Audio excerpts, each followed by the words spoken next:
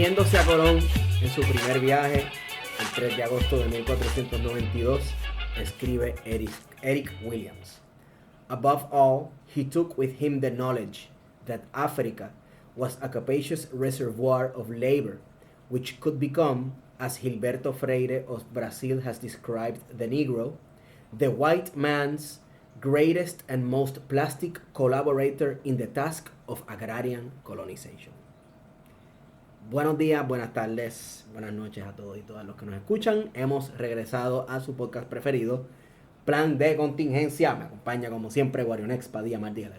Que en la calle Esteban, yo estoy súper contento porque estamos no solamente de vuelta, sino que estamos grabando, no en la cabina, pero estamos presencial, donde todo comenzó, en esta mesa, precisamente. Sí, definitivamente. Así que, y estamos con una reincidente, así que yo creo que eso es más que suficiente, y con esa introducción que hiciste de ese fabuloso libro de Eric Williams, de Cristóbal Colón a Castro,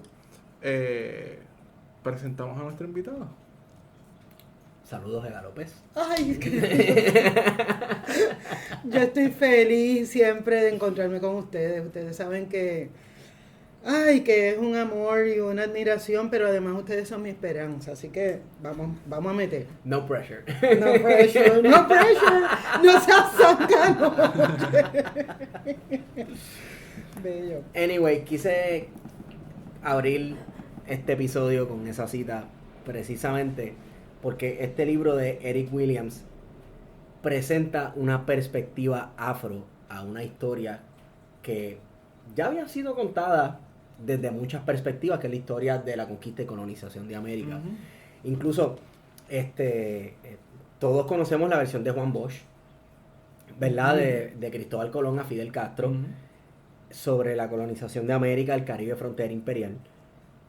Pero yo creo que lo creí pertinente citarlo a Eric Williams, porque Eric Williams hace básicamente el mismo recuento desde una perspectiva afrocaribeña, desde el Caribe anglófono. Uh-huh. Y claro, nosotros pues siempre pensamos en la historia de Puerto Rico, la historia del Caribe, etcétera, desde nuestra perspectiva. Y acá, nos limitamos a exacto, Santo Domingo y Cuba. Santo Domingo, Cuba, Puerto Rico, que eso yo creo que, y va por la línea que queremos hablar, tiene sus matices de el por qué, uh-huh, enfocarnos en esas tres islas, incluso ni siquiera tres islas, porque es dos islas y la mitad de una, porque de Haití no se habla nada. Y no es inocente esa omisión de no hablar de Haití. Exacto. Yo creo que tiene que ver que de hecho la cuestión de, ¿verdad? Porque tenemos este libro que fue muy importante en su momento, me parece que es de los años 60. Sí. Pero también hay un pensador, y mira qué curioso, porque los pensadores de esas islas no hispánicas, por así decirlo, uh-huh, hay otro que me parece fundamental, que es Walter Rodney. Tiene un libro que las personas que nos están escuchando lo pueden descargar de internet, que se llama De cómo Europa subdesarrolló a África, que se conecta perfectamente con esta cita, porque África va a ser central en la construcción y en la hegemonía del capitalismo que va a surgir precisamente en este momento histórico, sí, de la conquista y colonización, del llamado Nuevo Mundo, ¿verdad? Que es todo este continente donde habían civilizaciones completas, enteras, sumamente desarrolladas, y que Europa se encontraba en unas condiciones en términos de civilización muy por debajo, ¿verdad? Sí. Era una periferia, porque el centro en términos políticos, económicos, sociales, no era Europa en ese momento. No. Era Medio Oriente, era Asia. Lo que pasa es que con el proceso de los viajes de exploración, todo eso va a cambiar. Sí. Y el Caribe va a jugar un papel importante y se va a conectar precisamente con África. Sí. Pero con eso, de eso y más, ¿verdad? Yo creo que queremos hablar con Eda López Serrano. Bueno, en primer lugar, para mí siempre es un honor y un agradecimiento inmenso poder compartir con ustedes, porque ustedes siempre me estimulan a tratar de buscar más información y estar al día. Les felicito y les agradezco. Antes de entrar en materia, yo quiero contextualizar cómo yo llegué al tema de la afrodescendencia y la negritud, porque yo me dediqué 46, 47 años a luchar por la independencia. Y luego incorporé la lucha por las cuestiones de género, la equidad de género, perspectiva de género.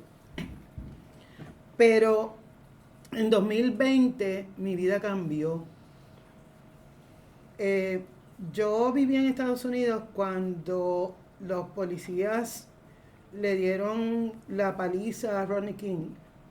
Y yo llevaba muy poco tiempo en Estados Unidos y con mucho pánico vi cómo se iba expandiendo los motines. Y en ese momento yo decidí que no era necesario para mí ver los videos de linchamientos, etcétera. Era muy fuerte para mí. Una amiga abogada que yo quiero mucho me envía un enlace sobre George Floyd. Uh-huh. Yo lo veo muy confiada. Y en esa grabación salía por unas fracciones de segundo la foto de Chauvin oprimiendo el cuello de George Floyd y la quitaban. Estábamos recién empezando el encierro y yo no tenía idea de para dónde iba a ir eso. Y después de poner y quitar la foto durante 3 ocasiones, lo próximo que yo vi fue el video de Chauvin asesinando. Uh-huh. Pude tolerar no más de 5 o 7 segundos. Pero ver eso, una voz dentro de mí me dijo, así es como te trata el sistema. Y eso me rompió. Me rompió a tal punto de que me causó yo somaticé uh-huh. el trauma y terminé en el hospital, a pesar de que yo estaba luchando para no llegar al hospital, porque uh-huh. acuérdense que eso era COVID antes de la vacuna, sí. Y yo tenía en la mente, si yo entro a un hospital, no voy a poder salir y no voy a poder ver más nunca a Guillermo o a mi mamá. Cuando yo salgo de ahí, me encuentro con unas hermanas negras extraordinarias. Por ejemplo, Colectivo ILE convocó una conferencia de prensa virtual con mujeres negras y mi rol era realmente ser el vínculo con la prensa que llegara, etcétera. Entonces, por primera vez en mi vida, me encuentro con algo que yo nunca había hablado con nadie, que era cómo una mujer negra enfrenta el racismo en Puerto Rico. Y ellas estaban relatando cosas que ya yo había vivido. Y por ejemplo, yo soy muy consciente de mi negritud, mi familia es de Cangrejo, mi familia, yo siempre lo digo con muchísimo orgullo, es de San José. Y yo crecí en una casa donde había bomba y plena, donde estábamos sumamente orgullosos y orgullosas de ser negros. Y eso me llevó a pensar la primera vez que yo tuve conciencia de que tal vez ser negra, alguna gente la decodificaba de otra manera. Y fue cuando yo estaba en segundo grado, estaba en un colegio y en el recreo me voy a acercar a un grupo de compañeros que estaban jugando y una nena me dice, tú no puedes, negra esclava. Y yo me quedo como que... Sí. Yo me quedo como descuadrada porque para mí... Pero era, más vale que la persona que haya dicho eso sea la persona más blanca del mundo. Pero uno ve unas cosas racistas salir de una gente que uno mire y como que tú te has mirado al espejo. Oye, que el colegio estaba en medio de Villaprade, o sea, veníamos de la misma extracción. Ajá. Pero para mí eso, bro, una cosa bien interesante porque yo dije... Ella me está diciendo negra, pero para mí eso es orgullo. Ahora, ahí fue que yo desarrollé la dialéctica, que fue, uh-huh. Yo soy una negra orgullosa en el batey de mi abuela, donde celebramos todas las fiestas con bomba y plena, y en la escuela yo voy a aprenderme los villancicos, ¿verdad? Uh-huh. Y aunque mis tíos después me los toquen en bomba y plena. Pero, entonces, de ahí en adelante... Yo tuve esa dicotomía siempre consciente de ser una persona negra. ¿Qué pasó después? que llega la vida. Y llega el no me puede doler que me traten de insultar por ser negra, porque para mí la negritud es grandeza. Me encuentro con la profesora Maricel Hernández, que me invita a un taller sobre afrofuturismo. Afrofuturismo desde la perspectiva gringa es arte, pero desde la perspectiva de Brasil, que es la que presentó Maruca, es sankofa. Sankofa quiere decir, para poder sembrar joyas para el futuro, yo necesito desenterrar las joyas del pasado. Okay. Y eso me emplaza a tratar de ver por qué, por ejemplo, mi bisabuela, el recuerdo más fuerte que yo tengo de mi bisabuela, a quien vi muy pocas veces, era hija de una mujer esclavizada. Fue el relato de que ella fue esposa de un militar español que llegaba de nuevo a la casa cada 2-3 semanas y que ella necesitaba tenerle la comida caliente para cuando llegara sin avisar, y que le había parido 2 hijos. Y que ese día, cuando el tipo llega, ella le dice: tienes esa cabeza muy asquerosa, déjame lavarte la cabeza. Va al cántaro, va a la pluma comunal, busca un cántaro, empieza a pasarle lejía en la cabeza, y cuando llevaba 10-15 minutos, él protesta como era natural. Claro, él también estaba borracho, y en ese momento a ella se le ocurre, ese es el relato que yo tengo de mi bisabuela. A ella se le ocurre, en lugar de enjuagarle la cabeza, dejarle caer en la nuca el cántaro, y lo achocó, y ella cogió a sus 2 negritos y se fue.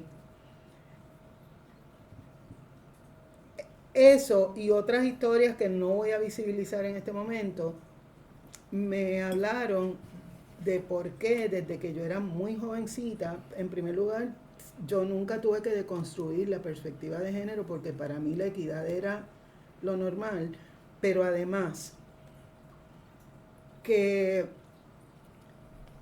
esa pasión que a mí me nacía por luchar contra la violencia doméstica, probablemente, muy probablemente, yo tengo las pruebas, ¿verdad?, salía de mi bisabuela, pasaba por mi abuela materna, porque esa era mi bisabuela paterna, y llegaba a mi mamá.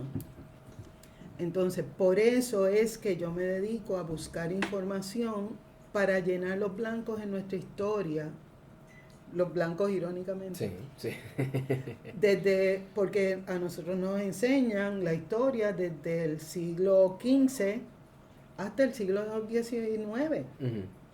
Por lo menos no a la gente que se dedica a la historia como ustedes, pero al resto de la población, pues tenemos una situación, y es que nos manejan la historia de tal manera que no nos preguntamos qué pasó aquí en Puerto Rico. Sí. Yo creo que tiene que ver también con, y esto sucede mucho incluso dentro del campo de la historia, que mucha gente evita, por ejemplo, estudiar la historia contemporánea porque supuestamente es muy reciente y va a estar viciado con los prejuicios de uno, pero lo siento, pero todo lo que uno estudie, escriba, etcétera, está viciado por los prejuicios de uno, inevitablemente. Es bastante subjetiva. Entonces también, bueno, hay gente que no quiere confrontar sus prejuicios, número 1, ¿verdad? Y tampoco se ha querido aceptar aquí que el racismo y la racialización de toda una población de gente no se ha querido aceptar, que es una cuestión que no es solamente algo bien lejano en los años 1600, como dice la canción, sino que es algo bien de ahora. Bien cotidiano. Y oye, no hace falta más que, estábamos hablando antes de comenzar la grabación, un meme o caricatura o lo que sea que se compartió en estos días en Twitter sobre Ana Irma Rivera Lacén, que es una cuestión sumamente racista, ¿verdad? De la oposición política o de no sé quién fue que lo tiró, y estaban jodiendo con eso en internet. Entonces uno dice, coño, todavía como que cosas que le acuerdan a uno a las caricaturas que uno ve de, nuevamente, tiempos que parecen bien lejanos de la época del Jim Crow de los Estados Unidos, que, señores, Jim Crow fue antiel. Jim Crow, o sea, los padres y abuelos de un montón de nosotros estaban vivos para el Jim Crow en los Estados Unidos, ¿verdad? No sé, como que queremos verlo como algo súper lejano, ¿verdad? Y queremos enfocarnos en la estatua, en el símbolo del Instituto de Cultura Puertorriqueña, del hombre blanco, el hombre indio y el hombre, todos hombres, ¿verdad? Africanos, mezclándose para destruir las barreras entre las razas y erradicar de manera simbólica la violencia racial que y sin embargo yo creo que nuestra profesión, ¿verdad? La historia y la historiografía tienen un rol importantísimo porque ha legitimado muchos de esos discursos. Pienso, por ejemplo, en Luis Díaz Soler y su libro infame, como queramos decirle, Historia de la Esclavitud Negra en Puerto Rico, que viene de un momento histórico de los años 50, en el que se crea el Departamento de Historia de la UPI, donde Arturo Morales Carrión también va a jugar un papel central. Quería hablar de Arturo Morales Carrión, porque se introduce ahí un concepto que no era nuevo, es un concepto que viene importado de Brasil, que es el de la democracia racial, ese mito de la convivencia entre clases, que coincide también con el surgimiento del Instituto de Cultura y todo este imaginario, ¿verdad? De que son tres razas, estas tres razas estaban aportando, pero cuando uno se pone a ver la imagen, quien está en la figura central es el hombre blanco, con la Biblia, con la civilización, ¿verdad? Entonces, ese aporte de las personas negras, de las personas indígenas, se reduce, ¿verdad? Como algo casi folclórico. Y la historia jugó ahí un papel de crear ese discurso, que es el que todavía, lamentablemente, uno puede ver en los libros de texto. Porque cuando uno se pone a examinar esos libros de texto que se utilizan en las escuelas públicas del país, incluyendo el de historiadores o historiadoras de renombre, muchas veces las casas editoras reproducen, porque a veces el contenido es revisado.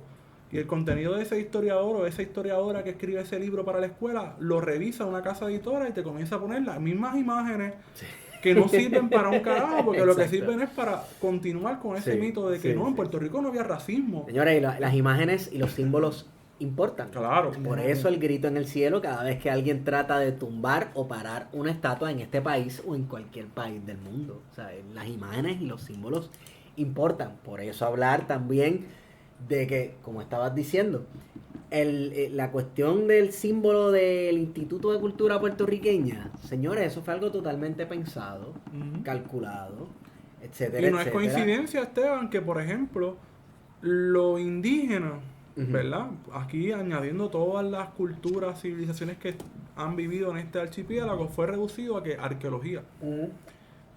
Y todo lo afro fue reducido a qué, o ha sido reducido a qué, a folclore.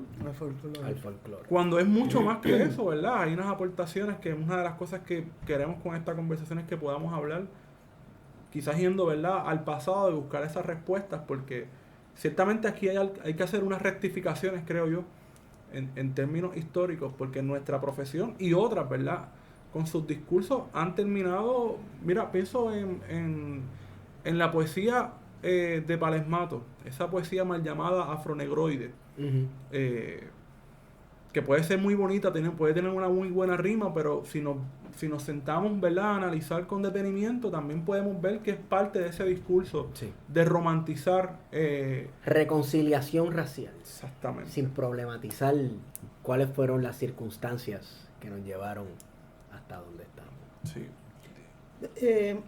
Sí. Y uno de los problemas fundamentales que yo encuentro es que no nos sentamos como población a cuestionar qué es el colonialismo. Entonces, cuando miramos el descubrimiento, entre comillas, de América, vemos que España implantó en toda la América el mismo modelo. Un modelo de poder y control. Tenemos que regresar a por qué ellos llegaron.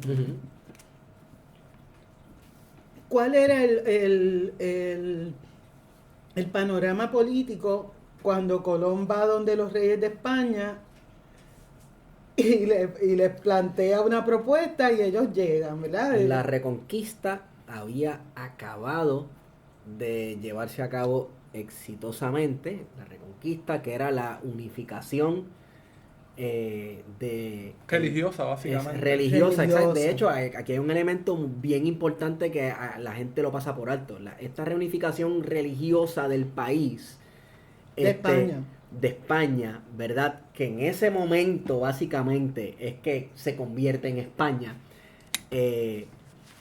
Significó una gran victoria para la cristiandad en general, pero específicamente para el Vaticano. Por eso es que es el Papa que le da a los reyes el título de reyes católicos. Antes, aunque tú fueras un rey y fueras católico, tú no te podías autonombrar y autotitular reyes católicos. O sea, el Papa y la Iglesia reconoció esta gran victoria de la cristiandad sobre la península ibérica. Así que eso estaba acabadito, esto estaba acabadito de sacar del horno. Había sucedido unos añitos antes la caída de Constantinopla, que cortó a la cristiandad ese paso de productos y de comercio, etcétera, etcétera, entre Occidente y Oriente. Lo que hoy es Turquía. Lo que hoy es Turquía, exacto. Y una cosa bien importante que tiene que ver con la introducción de este podcast. Cristóbal Colón, a quien primero fue a ofrecerle sus servicios de navegante, fue a los reyes de Portugal. Claro. Y los reyes de Portugal ya llevaban unos 20 o 30 años colonizando y haciendo ya un sistema de plantación como el que conocemos como sistema de plantación en varios territorios e islas del oeste de África. Colón le dice al rey de Portugal: mira, tengo esto, lo otro, que sí o qué, vamos a ver, un viaje de exploración, bla, bla, bla. Y el rey de Portugal le dice: no, si nosotros estamos bien aquí explotando el continente africano, ya nosotros tenemos una cantera de riqueza aquí. O sea que eso fue, yo creo que la colonización y explotación de África jugó una parte importante incluso antes de Colón zarpar al llamado Nuevo Mundo en ese primer viaje. O sea, eso es parte de la circunstancia política, lo que estaba sucediendo en la península ibérica en ese momento y en Portugal y en Europa, que estaba sumergida en oscurantismo. Sí, pero hay otros datos que a mí me volaron la cabeza cuando los conocí. Por ejemplo, España, los entre comillas musulmanes, porque eso es lo que nos dicen los libros de historia, ¿verdad? Pero entre comillas, los musulmanes que venían de África estuvieron en el territorio que hoy conocemos como España durante 800 años. Sí. Y se van a sangre y fuego en el 1492. Por eso es que es un timing perfecto para unificar. Ahí yo me he preguntado, ahí hubo mal, no, yo no creo que hubiese Fernando e Isabel, hubo un romance de esos de Cristina Bazán, no. No. Esto son una decisión política. Cosas políticas totalmente, claro que sí. Pero ¿qué pasaba? Por la dominación de los musulmanes, España al lado tenía Portugal. Sí. ¿Cuál es la importancia de Portugal en todo este panorama? Ya Portugal, la gente de Portugal eran navegantes. Sí. Recuerden que, y todo esto viene, o sea, todo esto lo vamos a estar viendo en la aplicación del colonialismo en América. Ya se estaba entronizando una dominación de las monarquías. Para ser monarca necesitaban tener acceso a productos que venían de afuera de donde ellos reinaban, porque eso les daba un estatus, ¿verdad? Sí. Entonces, por eso es que ellos estaban tratando de buscar sedas, joyas, animales, lo que fuera. Especias también. ¿Qué pasa? Portugal dominaba la ruta del Mediterráneo, que les ahorraba ir por todos esos países hasta llegar a voy a poner un punto, pero no tengo el dato. Algo así como el canal de Suez. Ajá. Y de ahí entonces se iban Sí, por, sí, sí. por Sí. carretera, como quien dice. Pero la gente que vivía en esos territorios que ellos estaban, por donde ellos estaban pasando, tampoco querían que los usaran. Así que por eso se daban un montón de guerras. ¿Qué hicieron los portugueses 10 años antes del descubrimiento de América, del 1492? Ya ellos, como tú muy bien señalas, habían empezado a explorar el oeste de África, buscando a ver si había alguna ruta que les evitara a ellos tener todas esas guerras, porque ellos salían 200 y llegaban 5. Sí, sí. Entonces, en el 1488 ya había una ruta que había tocado el oeste y había llegado a Sudáfrica. Se da, fíjate que en términos de estrategia política se dan unos eventos bien interesantes. En primer lugar, España se crea. Sí. En 1492. Con el matrimonio de Fernando e e Isabel. Isabel. Y la reconquista, la culminación de la reconquista es como que lo que pisa esa cuestión de... Pero la nueva nación de España no podía darse el lujo de comenzar a crearse con peleas con Portugal. Sí, esos son claro. sus vecinos. Sí. Y estaban más sólidos. De hecho, la solidez se prueba cuando ellos, el espacio que deciden colonizar es Brasil. Sí. Pero entonces, Cristóbal Colón, que era italiano, va con una propuesta muy difícil de rechazar, a donde Fernando Isabel les dice: oye, ustedes son incipientes, nosotros no vamos a pelear con los portugueses. Los portugueses dominan 2 rutas, el Mediterráneo, y ya están llegando a la India, ya habían llegado. Vamos a hacer esto, ustedes denme las naves, yo voy a seguir otra ruta, porque ellos se están yendo por el sur, pero yo voy a tratar de ir hacia el oeste para llegar por el otro lado. Eso de que la tierra era plana, eso les era intramuscular. Ellos No, les eso no, importaba. sí, no, claro. Claro, cuando Colón coge la ruta hacia el oeste, no había manera de pasar para Asia sin chocar con América. Claro. Entonces, cuando él llega a ese primer viaje que es de exploración, cuando él llega a América, se encuentra con estas tierras maravillosas, regresa, da la información. Y el contrato que él había hecho con los reyes era 3 cosas. Él iba a tomar una porción del valor de lo que encontraran. Sí. Y el tipo encontró oro. Él iba a ser el que decidiera de todas las cosas todos los conflictos legales, jurídicos, que no existían, ¿verdad? Pero todos esos conflictos, él era la última palabra. Y tercero, él iba a ser el representante de los reyes, por lo tanto, ¿verdad? Llegaba a América y él se iba a ir apropiando. ¿Qué pasa? Cuando Cristóbal Colón llega, él encuentra primero a Bimini, sigue buscando, encuentra a la Española, llega a Puerto Rico, etcétera, y él tiene unos buenos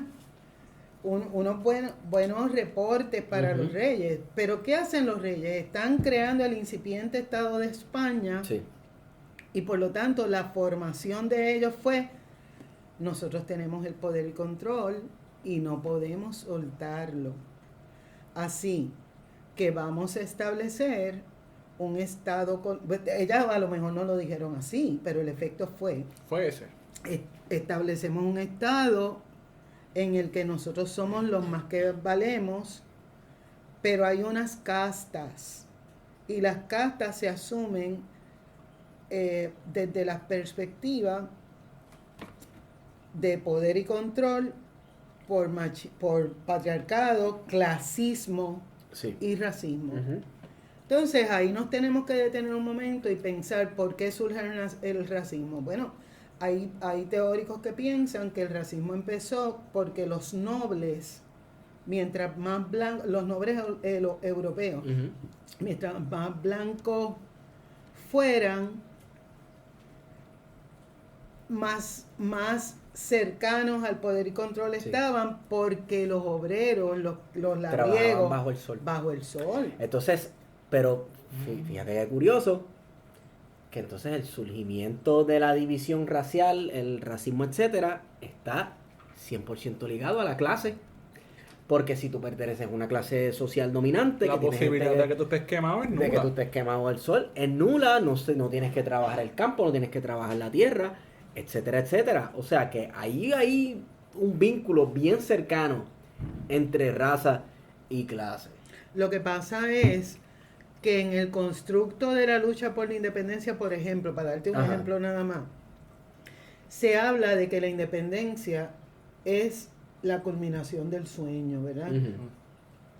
Pero no nos detenemos a pensar que lo que nos formó a América fue esa trenza colonial que está basada en el racismo, clasismo y patriarcado. Ujú. Esa trenza, según la implantaron en el siglo XVI, que fue cuando ellos empezaron realmente la colonización, está intacta hoy. Sí. Y aquí en Puerto Rico las decisiones se toman a base de poder y control por ese constructo de que mientras más clara tengas la piel, mejores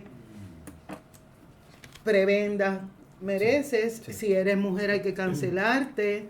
Y si eres una persona visiblemente negra, también hay que quitarte. Sí.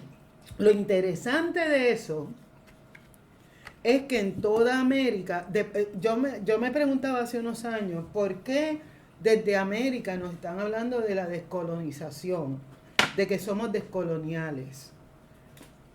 Cuando me enfrento a esos reclamos que hay en Latinoamérica particularmente, me doy cuenta de que son efectos de esa trenza colonial. Y que lo que están haciendo en Latinoamérica es rescatando la grandeza de sus pueblos originarios, están dándole un lugar a los reclamos de las personas afrodescendientes y negras. El poder y control en algunos de los países está abriendo la mesa para que las articulaciones se den desde la perspectiva de personas que son indígenas o negras. Es el caso de Bolivia, Ecuador. Bolivia, en un Ecuador, momento dado. Perú. O sea, y entonces, ¿cuál es la importancia de eso? Yo lo descubrí cuando me rompí, cuando mataron a George Floyd. ¿Y por qué lo descubrí? Ahí yo me di cuenta de que, por ejemplo, yo le reclamaba al feminismo en Puerto Rico que habláramos de las mujeres negras. ¿Y por qué yo les pedía eso? Porque el 60% de las niñas, adolescentes y mujeres desaparecidas y asesinadas en Puerto Rico son racializadas como negras, de acuerdo a un estudio que hizo Revista Étnica. Entonces, yo llevo más de 3 años reclamándole eso al feminismo y no ha habido espacio para discutirlo. Pero es más complicado que eso porque no ha habido espacio en el feminismo hegemónico, pero tampoco las mujeres negras feministas han asumido esa realidad. Y eso, por supuesto, es frustrante, pero más que frustrante, yo me tengo que plantear por qué las vidas de las mujeres negras valen menos. Entonces, ya planteada la situación de por qué ellos llegaron y se quedaron, está otro mito. ¿Cuál es el otro mito? Que todos somos productos de la mezcla de raza. Exacto. Cuando No homogeniza, para empezar. sí, Exacto. claro. Y claro. diluye el conflicto. Y lo diluye. Y fue, lo que nos dicen es que fue una intervención armoniosa, que cuando llegaron los españoles y todo eso. Mira, vamos a ponernos en ese lugar. ¿Cuántas mujeres ustedes creen que vinieron en esos barcos de Colón? Ninguna. En esos primeros viajes, ninguna. Llegaron pocas. Mira, les voy a contar algo que me parece bien gracioso, y es que el boricuazo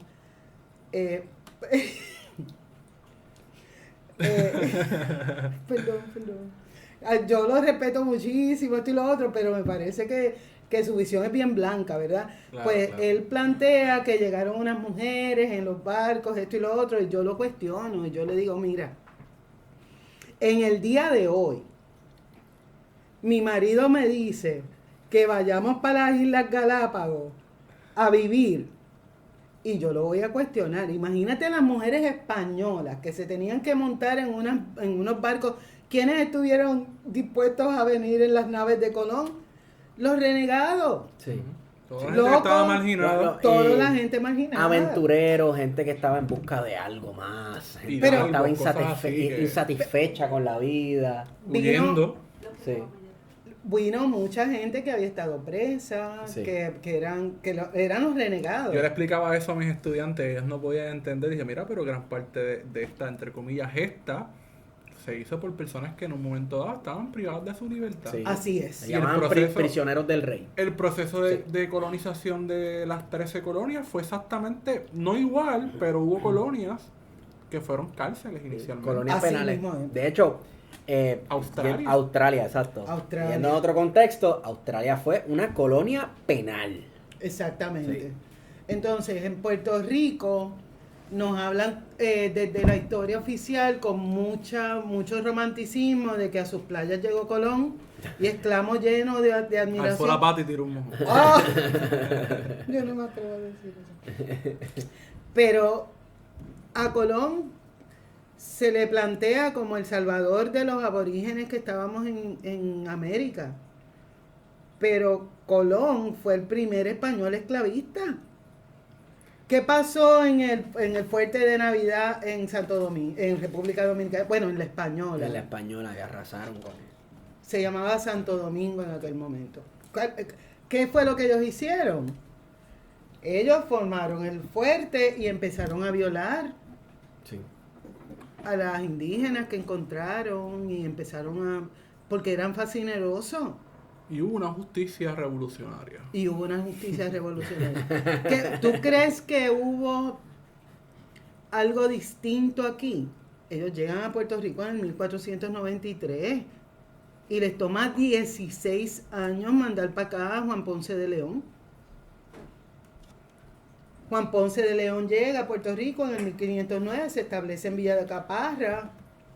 Yo hablaba con un compañero, un amigo, con Edward, que me preguntaba, oye, porque yo en un momento dado dije que la importancia de Puerto Rico en ese momento no era tanta. No era como se le ha dado. tantísima, no. Entonces, tú lo estás trayendo aquí de manera indirecta, ¿verdad? La importancia que la historiografía puertorriqueña le ha dado a Puerto Rico ha sido como que olvídate, esto era la llave Sí. de las Antillas. La llave de las Américas. Y cuando nos ponemos a revisar datos concretos como el que estás trayendo, pues esto era marginal.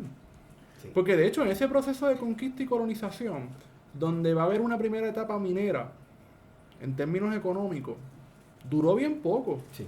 La gente se quería ir para el carajo, para Perú. Sí. Y Sí, le duró comenzaron como a unos 30 años, amenazarlo. unos 30 años más o menos. Pero ojo con eso, Wario. Por varias razones. Número uno, aunque nuestras historias están entrelazadas, no son similares. No. Entonces, cuando ellos llegaron a Puerto Rico encontraron buen oro. Y encontraron buena cantidad, buena calidad de oro y buena cantidad. Pero el problema es el siguiente. Cuando nos planteamos qué era San Juan Bautista, que era el nombre en ese momento, Ujú. tenemos un territorio que recibió a estos españoles. Había unos pueblos originarios, Arawak, Taíno, que a los 2 años ya había rebelión. En el 1511, o sea, es que la historia está tan jodida, porque es colonial desde la incepción. Sí. Agüeybaná, el que nos enseñaron en la escuela que se llamaba Agüeybaná el bueno, entre comillas. Ujú. Que hace el guaiteado. Sí. ¿Cuál fue el acuerdo que él hizo con los colonizadores? Él dice, sí, está bien, me pueden usar a mis personas para explotar el oro y toda la pendejada. Que seguramente fue una cogida de pendejo y no le dijeron otra cosa Sí. y no sabía que era la encomienda. Sí, pero él viabilizó eso. Pero, ¿cuál es el que nos representa? A Guaybana el Bravo, que El Bravo, dijo, que se acabó ustedes el vienen evento. para acá. El tipo puso espías. Taínos, Arawak. Ujú. Y empezó a cuestionar los abusos que ellos estaban cometiendo. Entonces, ahí por ejemplo tenemos que detenernos porque uno de esos mitos y leyendas fundacionales de Puerto Rico es el ahogamiento de Diego Salcedo. Ajá. Y ya hemos hablado de que hacia 1492, esa Navidad, que se queda una de esas tres de las carabelas y se funda el Fuerte de la Natividad, se queda una población de españoles allí, al norte de la República Dominicana hoy. La Isabela, básicamente. Ajá. Y sabemos que había una comunicación marítima constante, diaria, entre todas nuestras comunidades originarias. Eso es así. Y sin embargo, se insistió desde la historiografía puertorriqueña en este mito del ahogamiento de Diego Salcedo, para quitarle, ¿verdad?, la importancia que tenían estas comunidades, sus comunicaciones que tenían, sus lazos. Ya ellos sabían que no eran ningunos dioses, ya ellos sabían que podían morir, pero entonces, sin embargo, se insiste en esa narrativa con una intención de desconectarnos también con lo que estaba pasando en nuestro entorno, porque a veces hablamos hoy de Puerto Rico, pero ese Puerto Rico de ese momento, ese Puerto Rico precolonial, era un Puerto Rico que estaba conectado. Cosa que a diferencia de hoy en día, que estamos totalmente desconectados con nuestro entorno, allí sí ocurría y había unas comunicaciones directas. Es más, no conocemos muy bien ni siquiera esas estructuras de gobernanza, si había algún tipo de relación más grande, ¿verdad? Algún tipo de gobernanza más amplia entre todo ese Caribe. Podemos especular, pero sabemos que hay unas relaciones directas, ¿verdad?, entre esos caciques de Puerto Rico, del Puerto Rico precolonial, con los otros caciques que están, y cacicas también, que están, ¿verdad?, en nuestra vecina isla, actual República Dominicana, pero que no se toman en consideración. Y cuando hablamos del mito de Diego Salcedo, básicamente lo que estamos hablando es de esa desconexión, ¿verdad?, que va a ser muy funcional, creo yo, a la historiografía puertorriqueña de a partir de los años 50, que es sobre todo cuando se comienza a incluir los textos, ¿verdad? No, es que ellos cogieron un español allá en Río Grande de Añasco, lo ahogaron, lo velaron durante 5 días, como no revivió, pues se descubrió que no eran dioses, y ahí entonces los taínos se rebelaron. Y eso sería bien reduccionista, ¿verdad?, si no podemos conectarlo con lo que estaba pasando ya en la española. Porque ya la española, recordemos que desde 1492 ya había un proyecto de colonización, que no fue viable el primer año, ¿verdad?, porque hubo una justicia revolucionaria, afortunadamente, contra todas esas intenciones de los hombres blancos españoles que llegan. Pero allí es donde comienza todo ese proceso. En el Caribe. Yo creo que por eso es importante que lo podamos vincular, ¿verdad?, Puerto Rico con como estamos haciendo. Mira, cuando yo me di cuenta de que tenía que rescatar joyas del pasado para saber quiénes somos, porque mi primera pregunta fue, ¿qué pasó en estos 3 siglos? ¿Cómo hacemos un fast track? Yo he encontrado tesis doctorales, libros de, por ejemplo, aquí tengo el doctor Rubén Maldonado Jiménez, pero también está Francisco Moscoso, hay otro montón de gente que ha estudiado esto. El ahogamiento de Salcedo es la culminación de una historia de resistencia y lucha de Guaybana el Bravo y Urayoán. Entonces, cuando yo te digo que es la culminación, es que ellos tenían espías, que ellos estaban encabronados con Sotomayor. Sotomayor era el amigo compipana de Fernando. Estaban cometiendo un montón de abusos. Y la hostilidad empezó a escalar ellos infiltraban las tropas españolas, los españoles infiltraban con gente que conocía el idioma. Había una persona bien famosa que es Juan La Lengua González. Exacto. Que era el chota de ese tiempo. Era el chota de ese tiempo. González Malavé. Pero González Malavé, ¿verdad? Juan La Lengua. Juan La Lengua. ¿Qué clase sobre? Diablo. Una rata, ¿sabes? Uno puede ver mucha, ¿verdad? De lo que se ha escrito y uno dice, ya, esta persona estuvo en todos lados, escuchando, aprendió.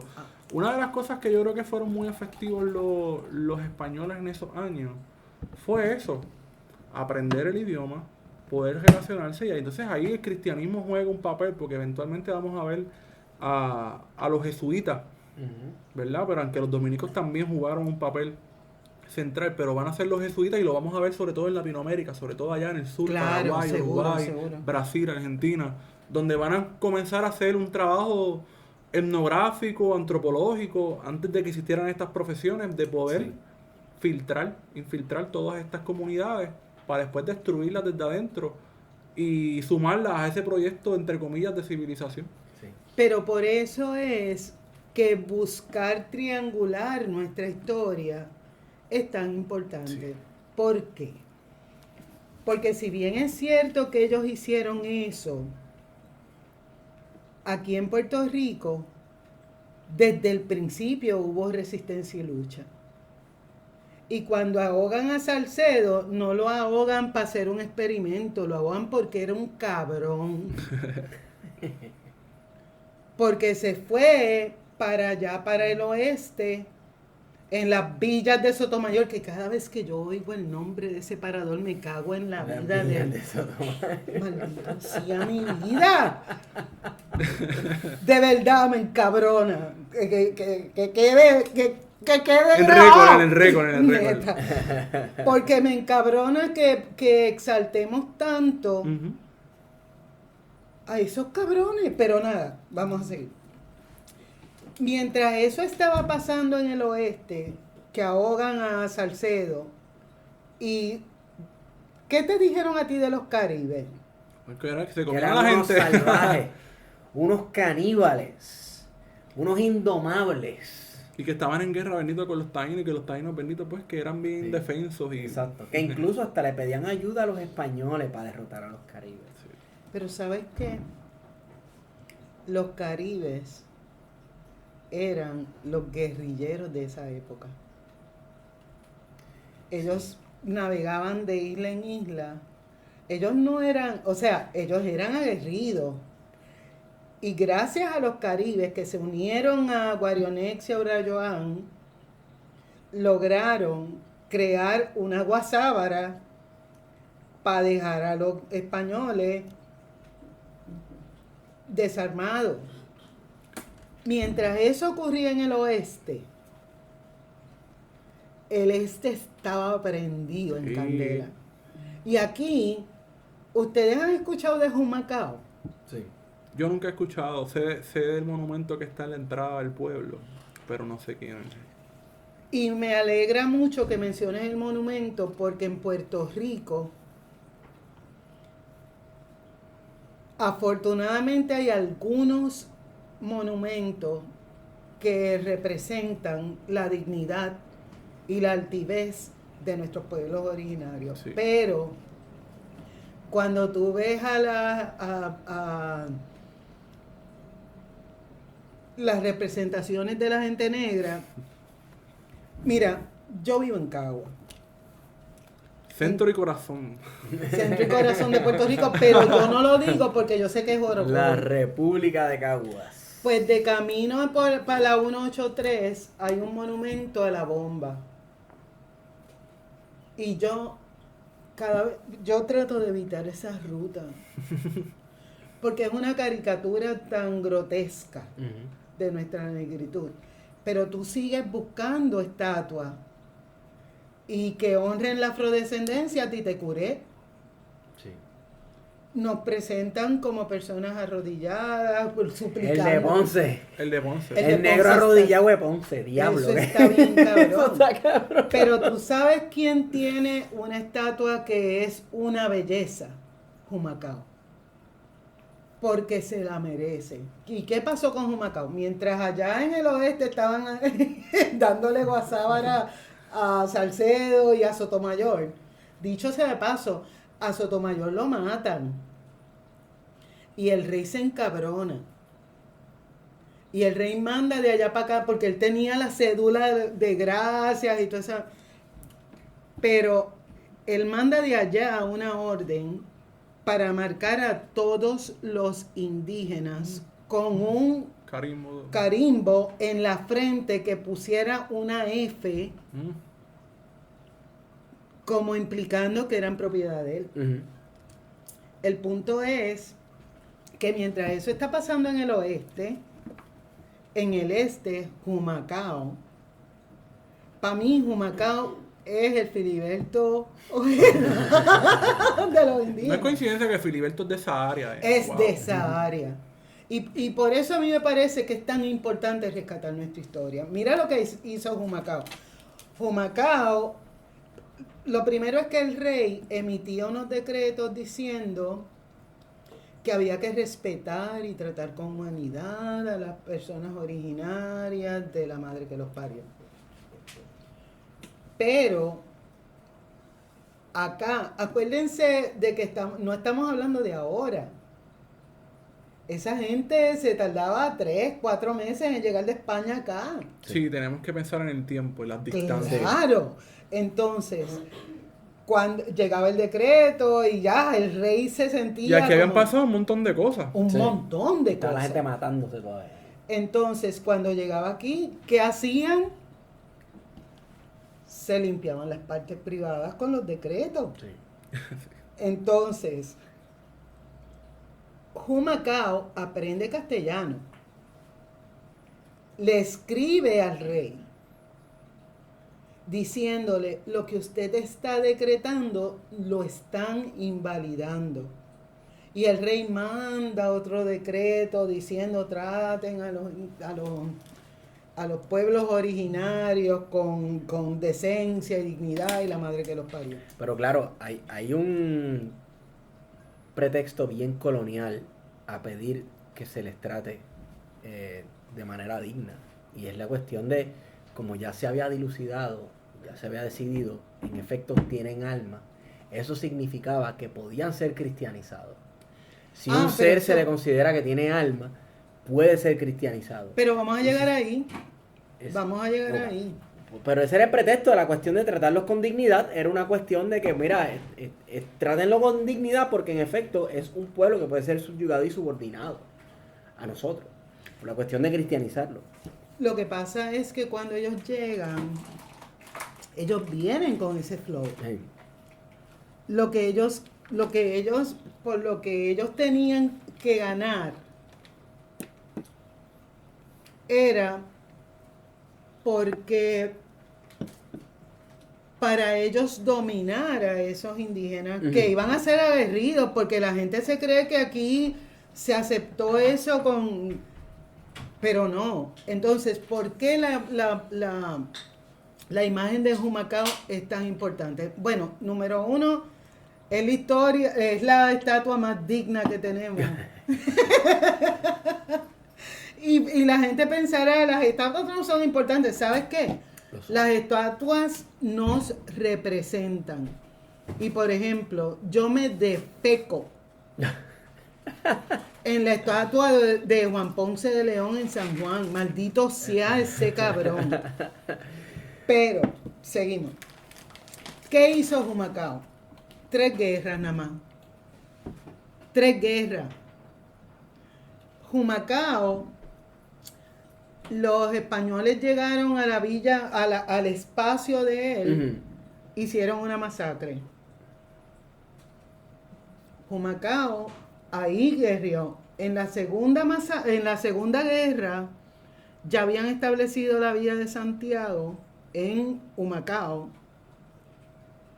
Y Humacao, junto con Daguao, que era el cacique de Naguabo, con Casimar y Yabureibo, que eran los caciques de Vieques, le hicieron una guasábara uno sobrevivió. Ellos mataron y quemaron y pa'l carajo todo el mundo. Acción revolucionaria directa. Directa. Uno sobrevivió y lo contó. Pero tú sabes lo que hicieron esos tipos después del ataque. Ellos se fueron para el yunque y nunca más se supo de ellos. ¿Y qué pasó? Eso fue en los 1500, antes del 15. Los españoles no intentaron volver por esa zona hasta el 1585. Entonces, la pregunta que yo siempre me he hecho es ¿por qué nos ocultan esa historia? ¿Verdad? Esa es la historia de Humacao, quien se unió a Humacao. Los reforzaron los ayayanes, que eran de las Antillas Menores, y se unió en la defensa de Puerto Rico, Vieques, Culebra, San Croix y otros espacios. Pero hay un relato que a mí me flipa, y es que ellos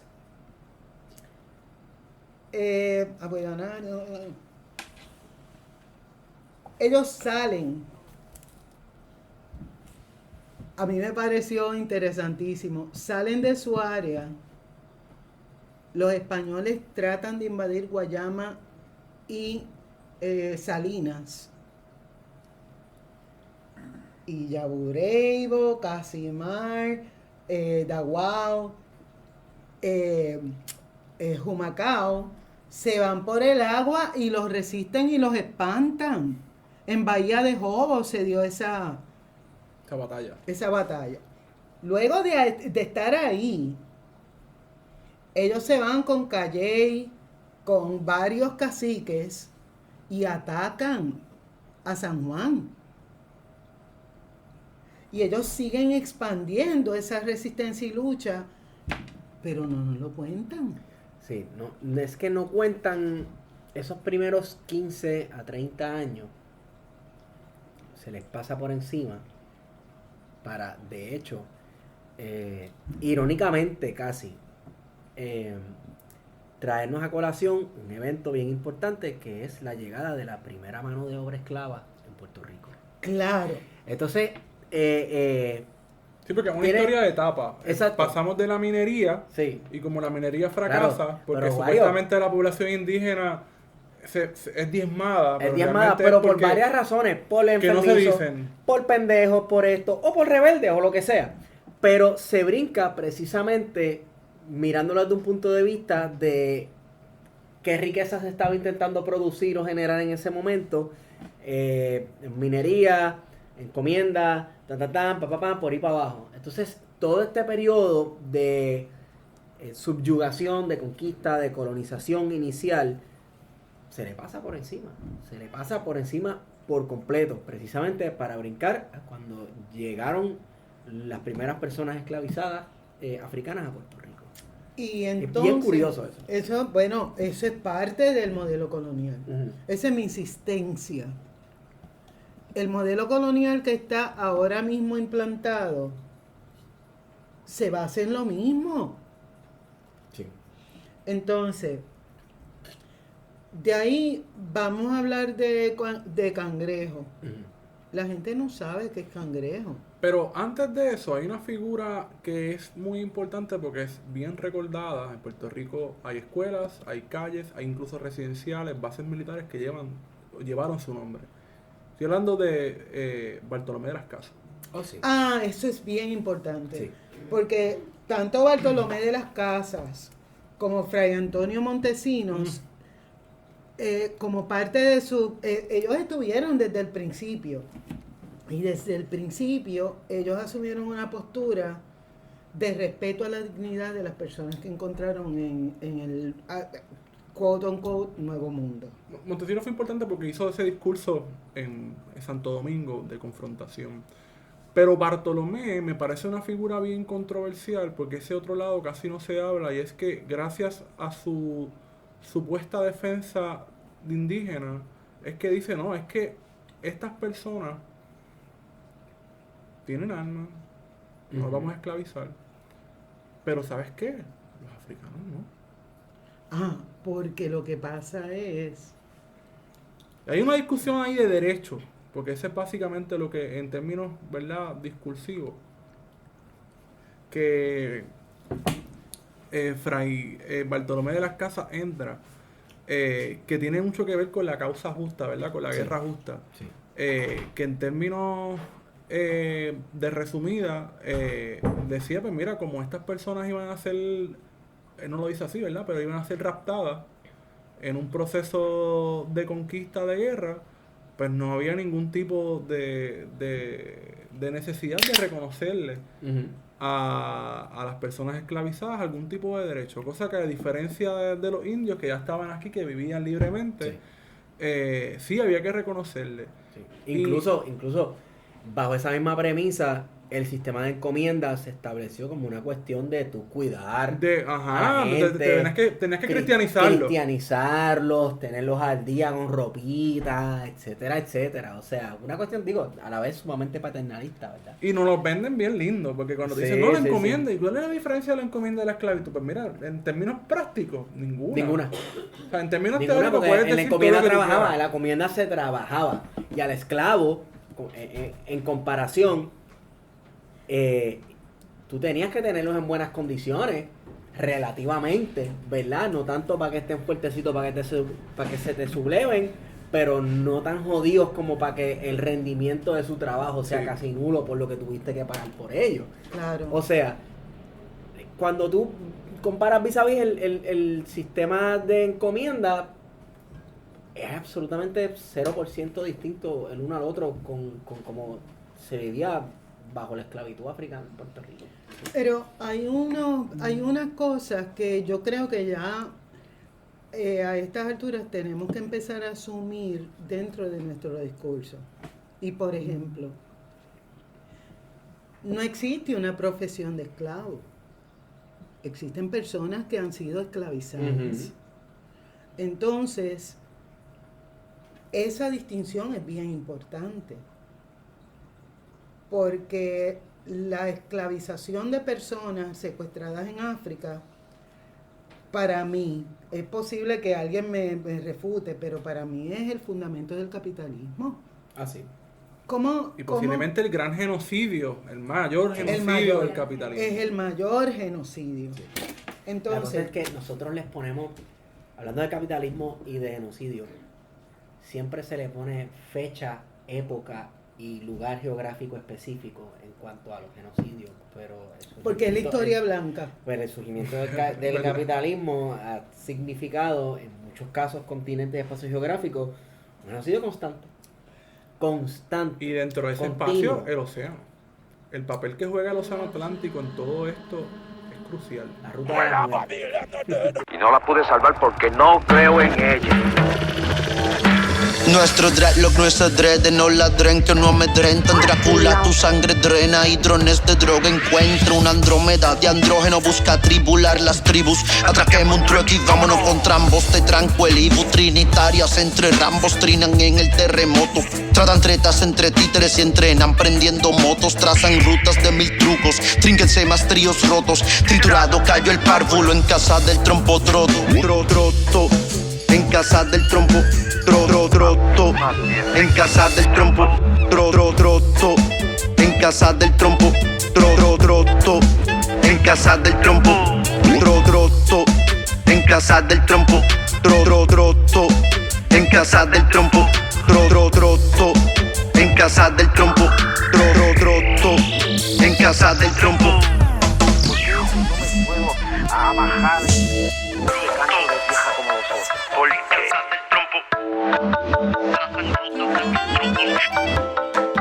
Me entristecen tus propinas.